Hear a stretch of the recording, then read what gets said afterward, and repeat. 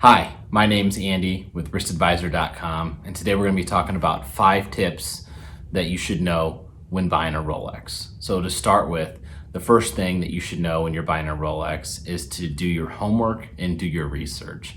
There's multiple reasons for this. If you've never bought a Rolex before, it can be incredibly difficult. And if you've bought a Rolex before, you've probably gone through the process, so you understand what I'm talking about. So buying a Rolex is, like I said, it is somewhat hard depending on which model you're buying. So when you're in your research phase, the first thing that you need to evaluate is what you want, and is what you want available for you to buy. So that comes with price point, that comes with availability, which gets us into the second tip that you should know when buying a Rolex is what is your relationship with your authorized dealer. So if you've never bought a Rolex before and you walk into the store, the first thing you're gonna notice is that the case is almost empty, right?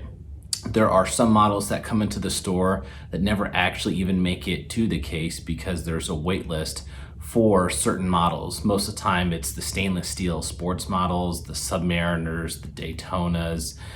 Now we see it with Oyster Perpetuals, and you just cannot get a hold of those things if you don't have a relationship with the authorized dealer. They retain those and sell those to their high value clients. So if you do not have a relationship, you walk in for the first time, chances are you're not going to get that.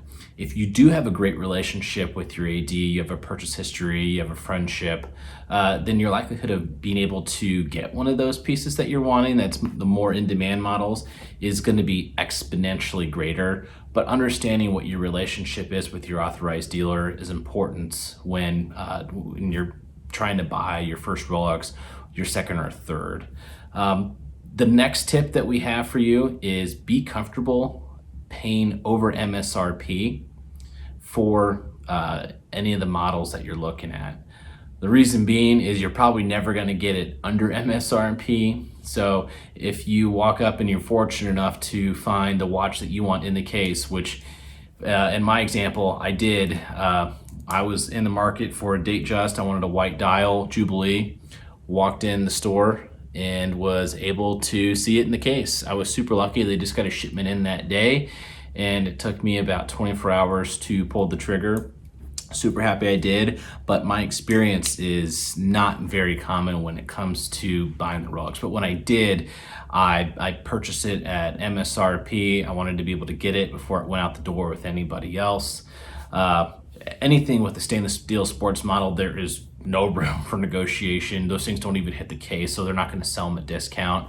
But if you do want to get your hands on some of those models, pre-owned, they sell more than what they do at MSRP. It comes with scarcity. It comes with just being able to get a hold of these. A lot of times what you'll see is authorized dealers for Rolex trying to get you to buy other brands or trying to get you to buy two-tone or precious metal Rolex options to be able to work your way up to buying that stainless steel.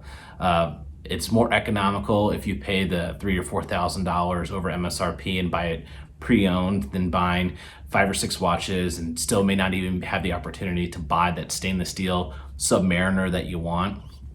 So the fourth thing that we want to get into for tips for buying a Rolex is buying pre-owned is okay. So Rolexes are built to last. They are in great condition. They're manufactured to the highest standards, the highest quality, and they retain their value. So whether you're buying a Datejust at MSRP or 10 to 20% below MSRP, depending on how good of a deal you get, or if you're buying a Submariner for $14,000 when it sells new for $9,000, or even if you're buying the Daytona, if you're lucky enough and you have the money to do it and you're buying it for $24,000, $25,000 right now when they sell for $12,000, $13,000 MSRP, you're gonna retain value or make money on that purchase. So buying pre-owned, totally fine. The watches, like I said, are built to last a lifetime, so you will be okay.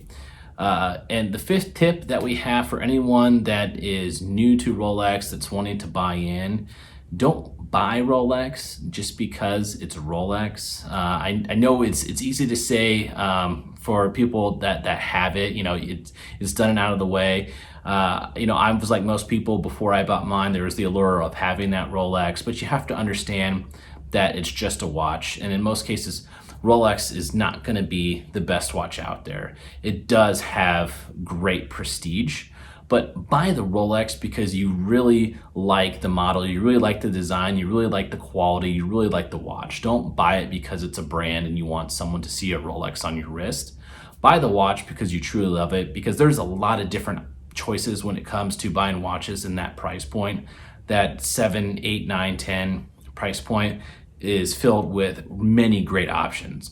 Spend that money on something that you really want. So guys, thanks for joining us today on our 5 tips on buying a Rolex. If you like the content that we're doing, if you like the channel, it would really help out if you could like this video and subscribe. So thank you for joining us, and we'll see you on the next video. Thanks.